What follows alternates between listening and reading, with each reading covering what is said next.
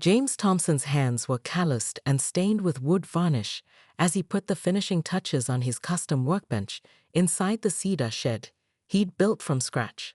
This wasn't just any ordinary storage space. It was his sanctuary from the stifling perfectionism of Oak Ridge Estates, where even the height of grass was regulated to the quarter-inch. The shed, with its hidden compartments and cleverly designed storage solutions, had become something of a legend among the neighborhood DIY enthusiasts, who would occasionally stop by to marvel at James's craftsmanship.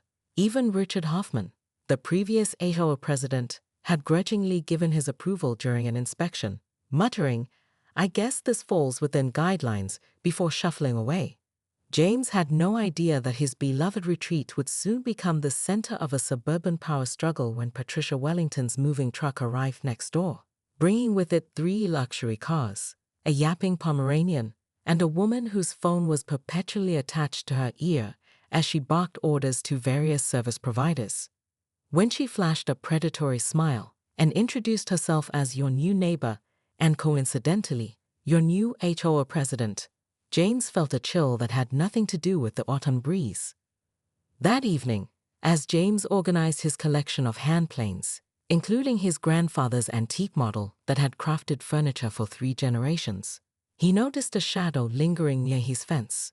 Patricia stood on the public walking path, her head tilted as she studied his shed with the intensity of a building inspector. She made no attempt to hide her scrutiny, even pulling out a measuring tape at one point.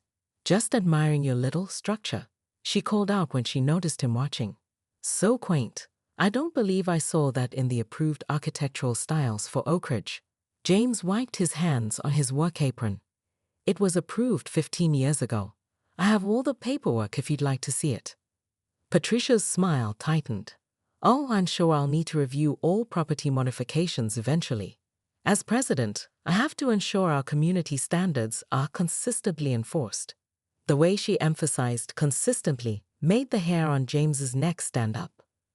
Over the next 2 weeks, James noticed Patricia appearing on the walking path at odd hours, sometimes with other HOA board members in tow, gesturing toward his shed with animated disapproval. Twice, he caught her taking photos with her iPad, and once she was boldly measuring the distance from the path to his structure.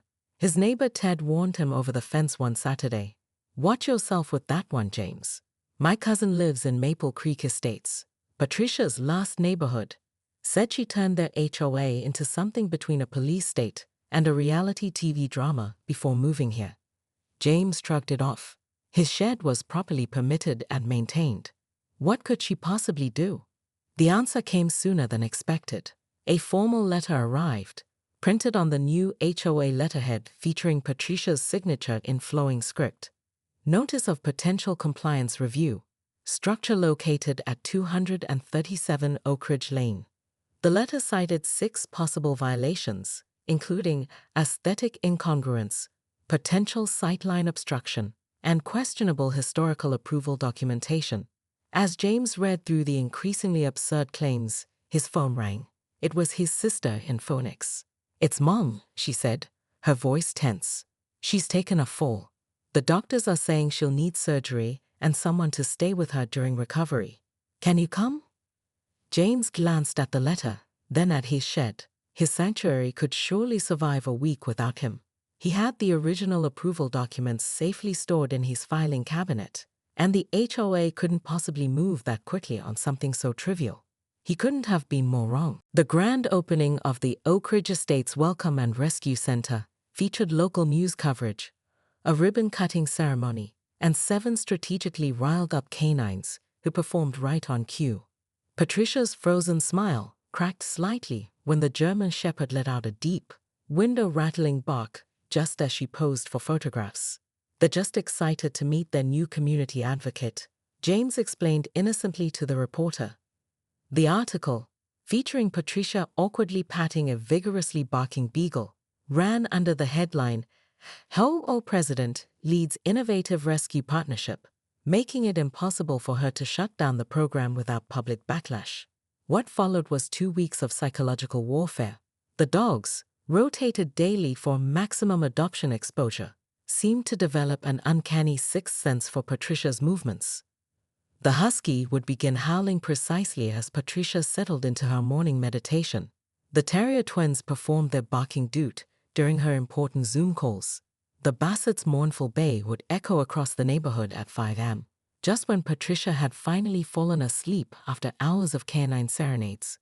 Her complaints at the HOA meeting were met with enthusiastic reports about adoption rates and community engagement. When she tried to create new noise regulations, James produced recordings proving the decibel levels fell just within legal limits. Her attempts to vilify the program backfired spectacularly when the Rodriguez children started a junior handler program that became wildly popular with neighborhood families. The final showdown came during a thunderstorm, when the electrified Chihuahua triggered a full-scale canine chorus that lasted 3 straight hours. Patricia burst into the welcome center in her bathrobe, hair wild, eyes bulging, screaming about property values and sleep deprivation, all captured on the center's security camera, installed by Mrs. Chen's teenage son. The viral video, HOA Karen's Meltdown Over Rescue Dogs, reached 2 million views overnight, prompting an emergency HOA board meeting. Patricia resigned the next day, her realtor's sign appearing on her lawn before sunset. By day 12 of Operation Canine Chaos, Patricia's legendary composure had visibly crumbled. Dark circles shadowed her eyes, her immaculate hair now frequently escaped its tight bun, and neighbors reported hearing her shouting at walls. Her attempts to fight back only strengthened James's position. "These animals are clearly a health hazard," she declared at the emergency HOA meeting she'd called. "The noise, the smell, the potential for disease." "Actually," Mrs. Chen interrupted, standing up with a folder, "as the neighborhood's retired veterinarian, I've been conducting daily health checks. All animals are in perfect health, up to date on vaccinations, and the facility exceeds county shelter standards." She distributed color-coded health reports that James had helped prepare. "The noise then, it's unbearable." Patricia's voice cracked with desperation. Mr. Rodriguez raised his hand. "Interesting you should mention that. My company specializes in acoustic engineering, and I've been monitoring decibel levels." He displayed a chart showing readings that peaked just under the county noise ordinance limits.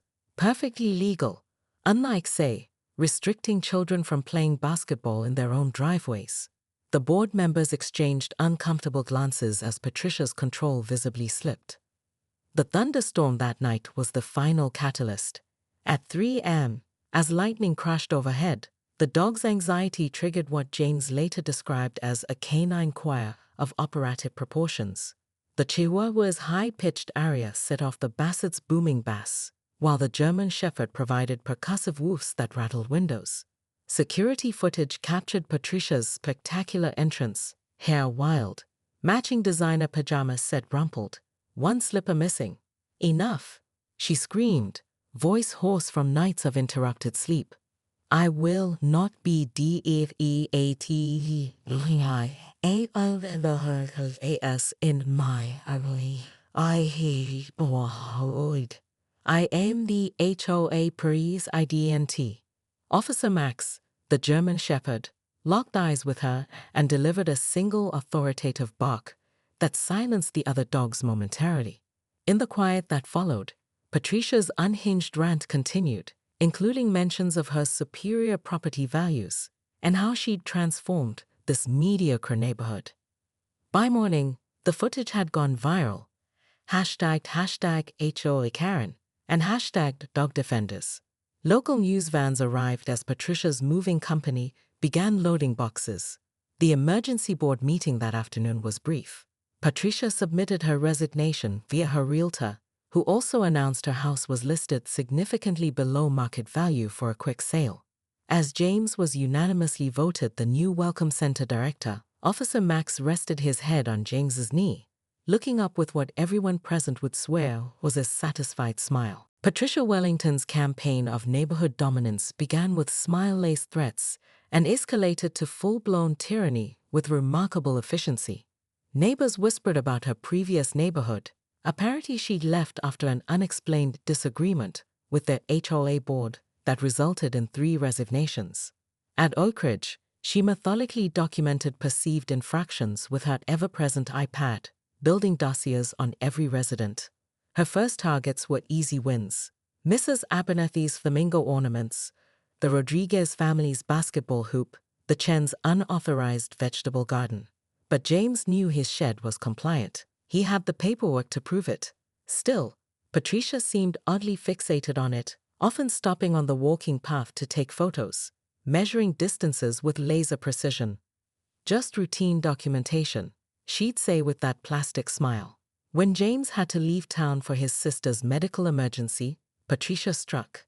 She called an emergency HOA meeting, presenting a slideshow titled Community ISOs and Health Hazards, featuring heavily filtered photos of James's shed that somehow made the handcrafted cedar structure look like a tetanus risk.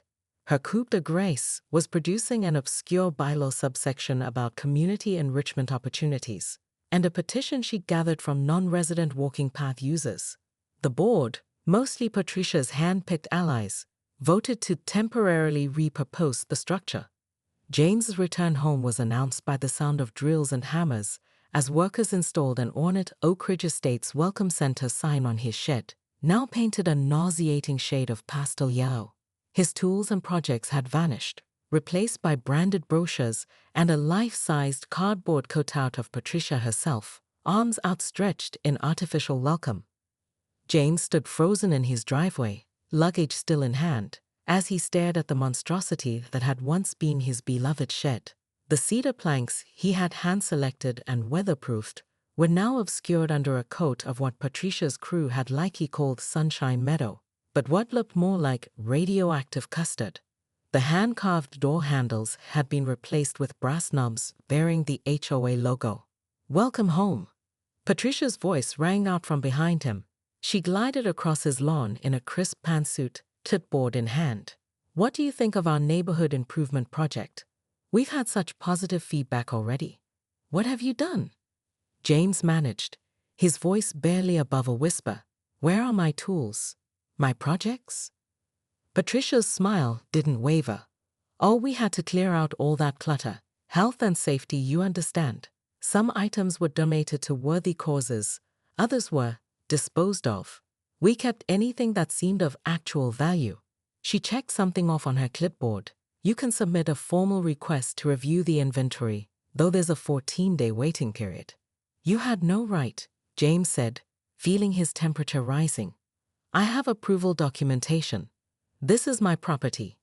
"Actually," Patricia interrupted, handing him a stapled document with fluorescent sticky tabs marking various pages. "The board has unanimously determined that your structure was in violation of 3 separate bylaw subsections. The approval you mention was found to be improperly filed and therefore invalid. However, rather than requiring demolition, we've generously converted it to community use under Enrichment Statute 47B. James flipped through the document, a labyrinth of legal jargon and circular references, each page stamped with Patricia's official signature. "This is insane. You can't just." "The decision has been recorded in the official minutes," Patricia cut in smoothly.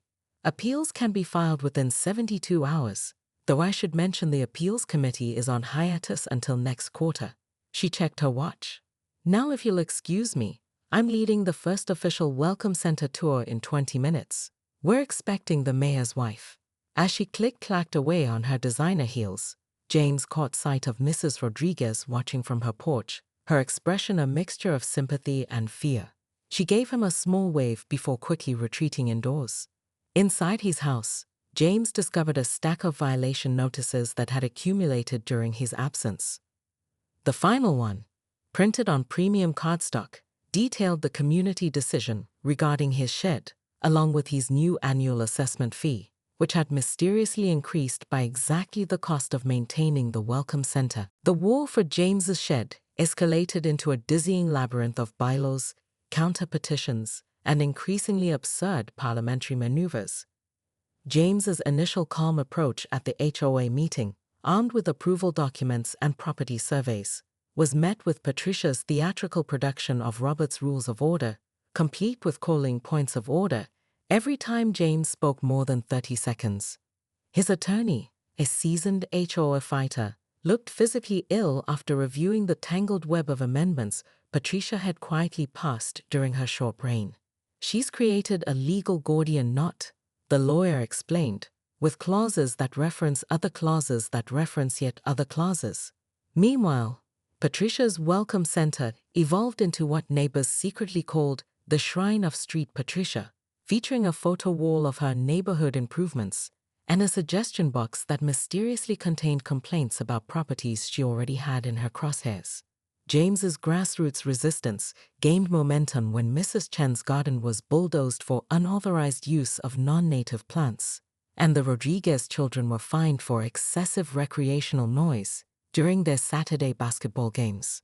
The coalition of frustrated neighbors gathered in James's living room, signing petitions and strategizing, until Patricia countered by establishing unsanctioned gatherings as finable offenses.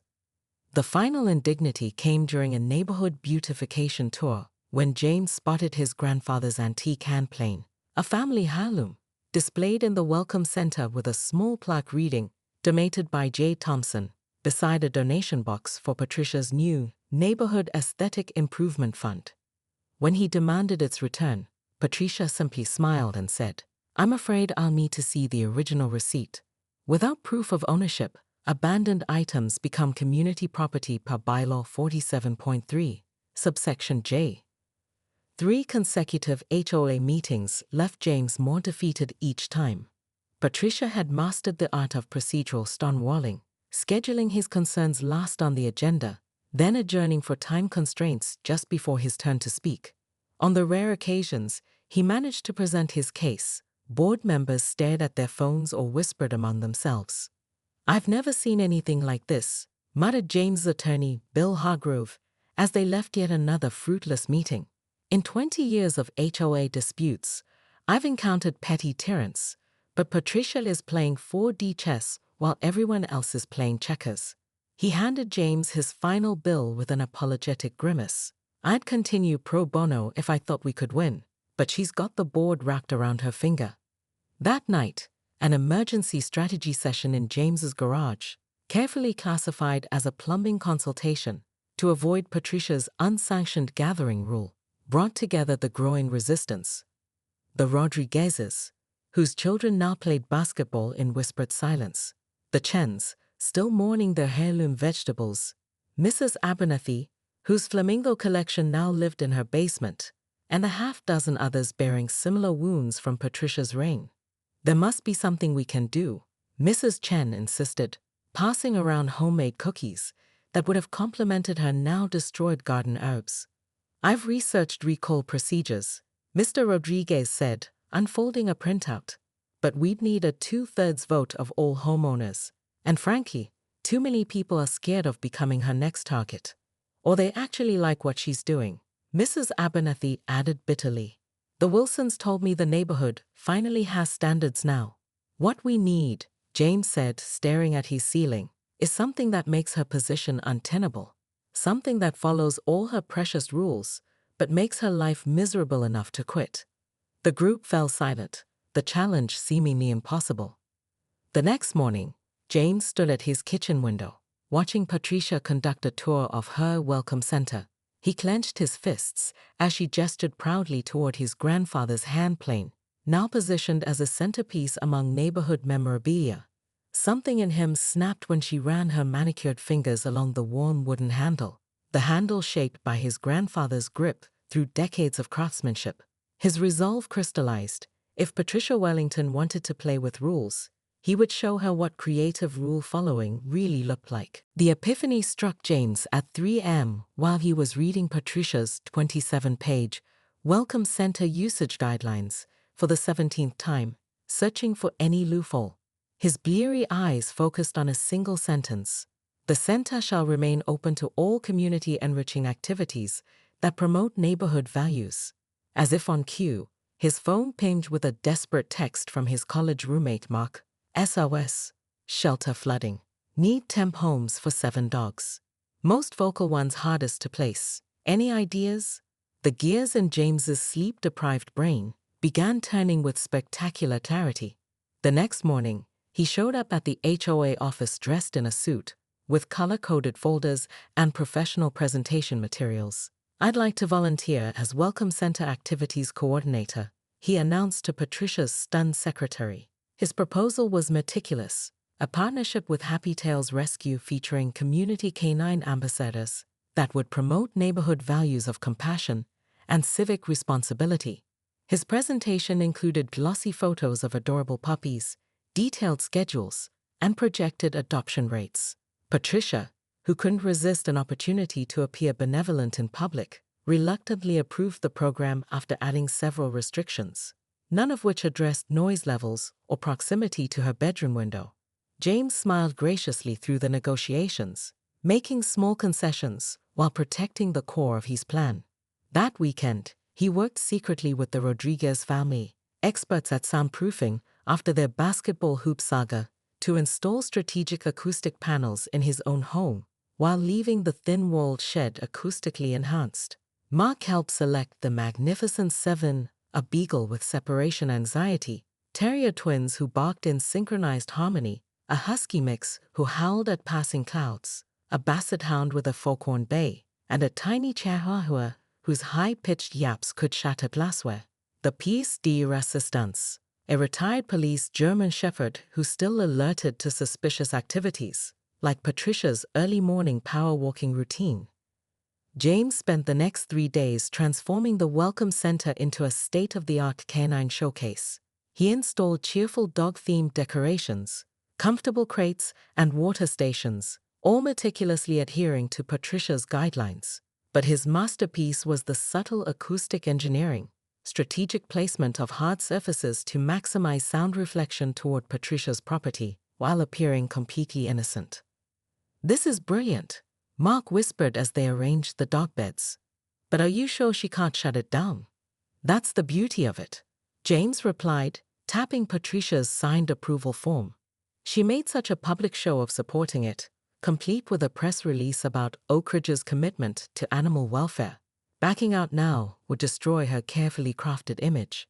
"And these 7, Mark grinned, looking at the dogs currently napping in their transport crates, "are the loudest, most vocal rescued dogs I've encountered in 15 years of shelter work. Maestro over there," he pointed to the husky mix, once howled for 6 hours straight when the shelter changed his food brand. The German shepherd perked up his ears, sensing their plotting. James scratched behind the dog's alert ears. Officer Max here was retired early because he wouldn't stop barking at suspicious characters. His handler said he has an uncanny ability to recognize people on power trips. The first test came that evening when James brought the dogs for a facility orientation. As if on cue, Patricia emerged from her house next door precisely as the chihuahua spotted a squirrel, setting off a cascading chorus that echoed through the neighborhood. Patricia froze mid-stride, her yoga mat tucked under her arm, face contorting in dawning horror as she connected the dots. James waved cheerfully from the Welcome Center doorway. "Just introducing our community canine ambassadors to their new temporary home," he called out. "Don't worry, they'll settle down in a few hours. Probably." Patricia's face cycled through various shades of red. This wasn't what the center was approved for. "Actually," James replied, pulling out her signed authorization with flourish, "it's exactly what you approved. Section 3, Paragraph 2. Temporary housing for adoptable rescue animals as a community service initiative. Your signature is right there at the bottom." As Patricia stormed back into the house, James heard the unmistakable sound of 7 dogs, suddenly energized, launching into what would become known throughout Oak Ridge Estates as the Symphony of Sweet Revenge.